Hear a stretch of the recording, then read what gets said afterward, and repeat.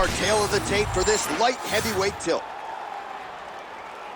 All right, now for the official introductions, we go inside the octagon to Bruce Buffer. Ladies and gentlemen, this fight is 3 rounds in the UFC light heavyweight division. Introducing first, fighting out of the blue corner, right. And now introducing his opponent, fighting out of the red corner, Alexander the Baller Gustafsson.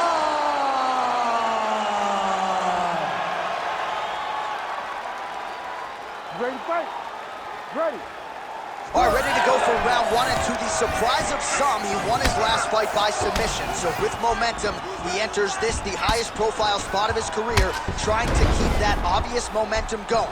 Can he realize a UFC title shot by the end of the year? That remains to be seen. But if his last performance was any indication, the ceiling is championship for this young man. Oh, the best execution you'll ever see. You don't really stand after you take a head kick like this. That is such toughness to even be on his feet right now. That leg kick hurt. Nice counter left there. Oh, looked like he might have been in range, but misses with the kick. Takedown there by Gustafsson. Drops down inside the now closed guard of his opponent. Let's see how patient he is as he attacks a submission or big ground and pound. Ooh, that looks pretty tight.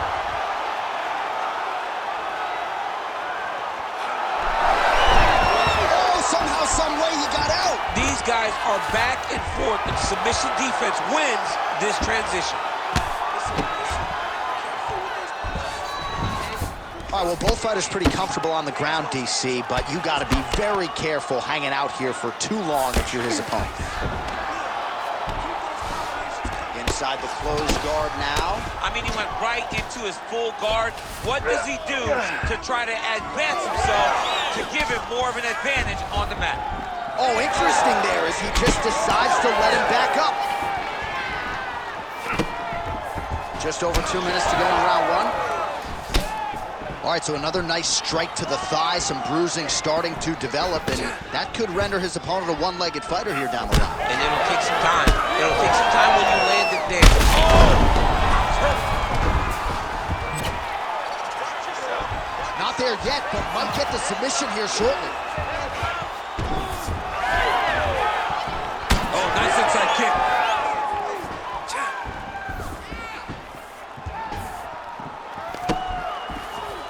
Just out of range with that right hook. Oh, and there's another leg kick for good measure. So doing a really good job with that weapon here tonight. And if you're trying to slow your opponent down, mission accomplished so far. When you can land that many leg kicks, you start to affect the movement. You start to affect the hands. Everything changes. Wow, both of them are landing massive shots.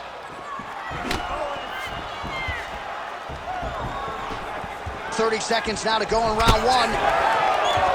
He's the taller fighter and able to land a knee to the body with relative ease there. All right, so he gets the takedown late in the round here, DC. We'll see what he can do with it. Timed it perfect. This will leave an impression in the judge's mind. And as his opponent, you need to get back to your feet right away, because you can also sway the judges by getting back up to your feet and maybe exploding with one last flurry. All right, there's the end of the round. Gustafsson's corner looks a little bit concerned, perhaps because of that cut on the lip that was opened up there in that round. Starting to bleed pretty good. Cutman's got his work to do now. All right, let us now take a look back at some of the highlights from that previous round. We'll see if we can isolate the exact strike that caused that cut to his lip. He landed a beautiful shot that cut him on the lip. Now, listen, guys. As long as it ain't like Jairzinho Rose is striking Alistair Overeem, you're fine. Cuts on the lip are okay, unless your lip is hanging off, like we have seen sometimes. That is not that, but he's got to protect it. I got Robbie Lawler on line 1, by the way. Oh, yeah, to talk about remember Robbie? lip cuts. Oh, my God, I was thinking about that. I couldn't remember who it was. What a connection by him there. His opponent could be out of here soon, DC. He's almost done. I mean, when you get hit with a shot like that, you don't know whether to run, hide, grab, or wrestle. He's confused. He's as confused as he was on his first test in elementary school. All right, well, he told us in the fighter meeting he didn't want to be known for his toughness. And yet again, here we are talking about him absorbing a bunch of damage to that thigh. He's having to rely on it. Once again, it's because I mean, he is throwing those kicks with evil intent. He is trying to break his leg with every single kick. He's on wobbly legs now. That hurt bad. Gets back to his feet. Oh, a big left hand. Oh, big knee. Threw a flying knee to the head.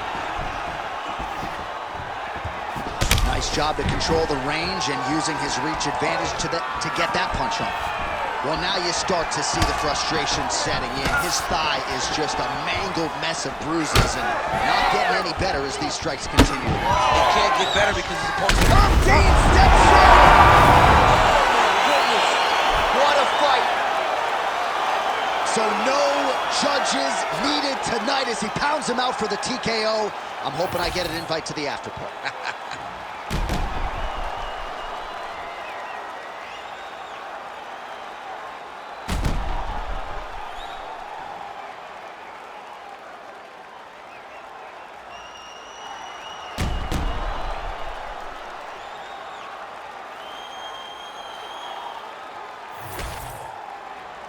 Back inside the octagon once again, here's Bruce Buffer. Ladies and gentlemen, referee Herb Dean has called a stop to this contest at 2 minutes, 45 seconds of round number 2. Declaring the winner by TKO, Right! Well, the celebration is on over there in the corner, and nothing subdued about it. They put a lot of time into this training camp and into this performance, and certainly their athlete delivered. It was a result that they desired. They said, I don't care how this match ends, as long as I'm not standing there waiting on the judges. He got his opponent hurt, and he found the follow-up shots that allowed him to get the TKO.